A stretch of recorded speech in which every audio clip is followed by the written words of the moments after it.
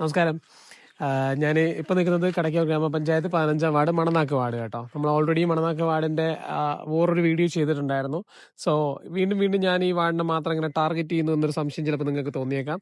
Actually ഇത് അങ്ങനെയൊന്നുമില്ല, targeted ഒന്നുമല്ല കേട്ടോ. ഞാൻ ഈ നിൽക്കുന്നതിൻ്റെ ഇടത് സൈഡ് ഇവിടുത്തെ കുറച്ചപ്പുറത്തേക്ക് പട്ടി എത്തിടങ്ങാൻ തുടങ്ങിയിട്ട് ഒരു 4-5 ദിവസമായി. സ്മെല്ലുണ്ട്, അതുകൊണ്ടാണ് കുറച്ച് ഫ്രണ്ടിലോട്ട് നിന്നിട്ട് ചെയ്യുന്നത്.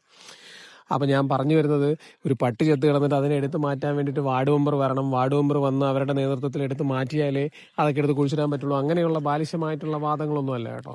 ഈ തോടിന്റെ ഇമ്പോർട്ടൻസ് മനസ്സിലാക്കുമ്പോൾ നിങ്ങൾക്ക് അതിന്റെ ഒരു കാര്യം മനസ്സിലാവും. അതായത് ഈ തോട് എന്ന് പറയുന്നത് നമ്മുടെ തൊട്ട് അതിർത്തി പഞ്ചായത്തിലേക്ക് കൂടെയൊക്കെ പോകുന്ന തോടാണ്. അതിനേക്കാളും ഇമ്പോർട്ടൻ്റ് ആയിട്ട് ഇപ്പോൾ ഈ തോട് നമ്മളെ ഈ റോഡ് വന്നതിന് ശേഷം സൈഡ് വാൾ വന്നതുകൊണ്ട് ഇടത് സൈഡിലേക്കുള്ള അവിടെ ഈ ഹൈറ്റ് കുറവാണ്. അപ്പം മഴക്കാലം വരുമ്പോഴത്തേക്ക് ഈ വെള്ളം മുഴുവനും അപ്പുറത്തെ വയലിലേക്ക് പോകും, ഇടത് സൈഡിലുള്ള വയലുകളിലേക്ക് പോകും. അപ്പോൾ അത് കാരണം അവരുടെ കൃഷി മുഴുവൻ നശിക്കും.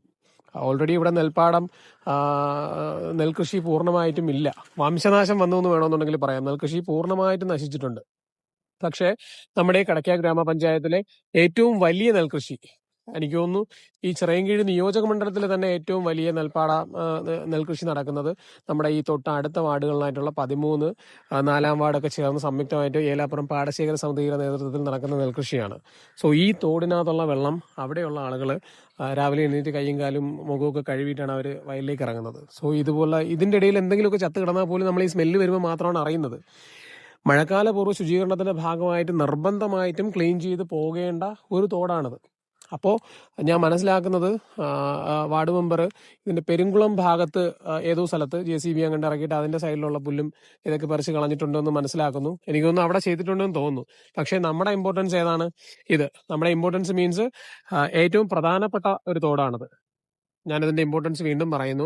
തൊട്ടടുത്ത് നെൽപ്പാട ശേഖരമുണ്ട്. അവിടെയുള്ള കർഷകർ ഈ തോട്ടിൽ നിന്ന് വരുന്ന വെള്ളം എടുത്തിട്ടാണ് കൈയും കാലും മുഖമൊക്കെ കഴുകി കൃഷിയിലേക്ക് ഇറങ്ങുന്നത്. സോ ഇതിന്റെ ഇടയിൽ എന്തെങ്കിലും ചത്ത് കിടന്നാൽ പോലും അറിയാൻ പറ്റാത്ത സാഹചര്യമാണ്.